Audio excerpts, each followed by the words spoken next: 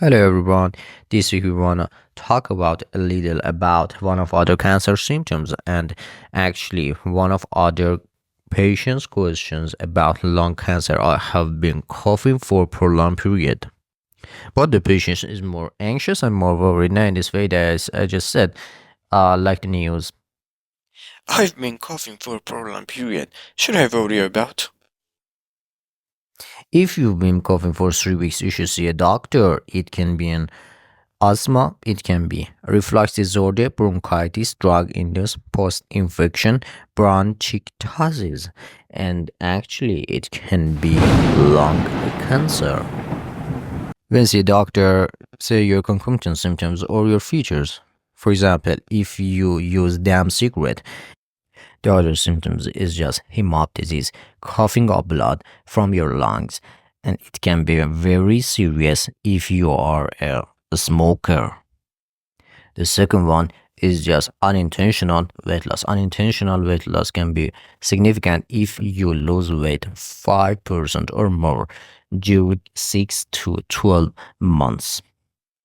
The third very serious symptoms is just dyspnea, shortness of breath, and feeling that you can't get enough air into your lungs. Very serious symptoms.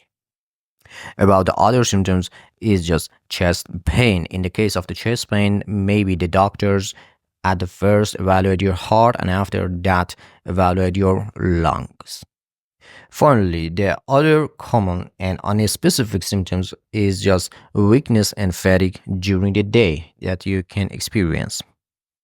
The other one that I want to say or explain for you is not a symptom that you explain, is just a sign that your doctor should discover, and he or she can hear a localized wheeze on your chest by examining your lungs.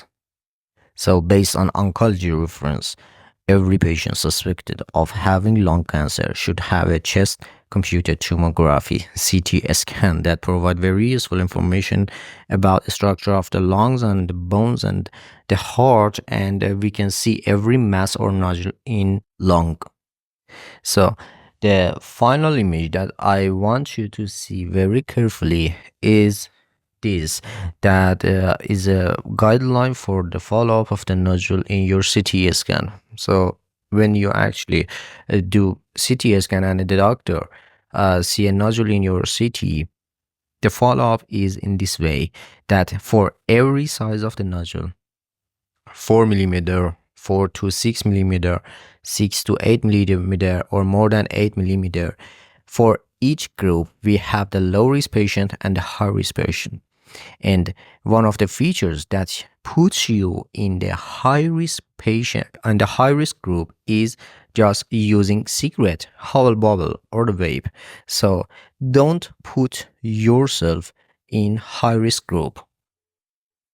Good luck, wish you the best. Please follow us and share our video with your friends to raise their awareness about cancer.